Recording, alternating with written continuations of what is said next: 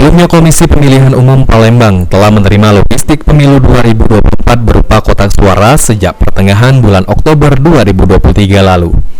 Untuk itu, terhitung sejak Senin 11 Desember 2023, pihak KPU Palembang mulai melakukan perakitan kotak suara. Guna memaksimalkan proses perakitan kotak suara, KPU Palembang sendiri melibatkan puluhan petugas. Untuk selanjutnya akan didistribusikan ke 4.777 tempat pemungutan suara di 107 kelurahan yang pada Kamis 14 Desember 2023 sudah ditetapkan. Dalam proses perakitan kotak suara ini, jika ditemukan kotak suara yang mengalami kerusakan, akan dikembalikan agar dilakukan penggantian dengan kotak suara yang baru.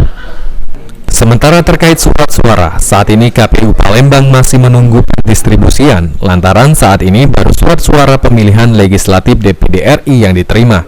Dijadwalkan logistik pemilu akan diterima secara bertahap dan selesai pada 26 Desember 2023 mendatang, untuk kemudian dilakukan pelipatan.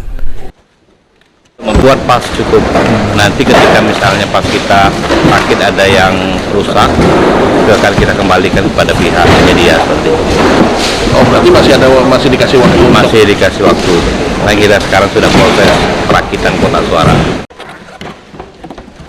Sandi Pratama, PAL TV.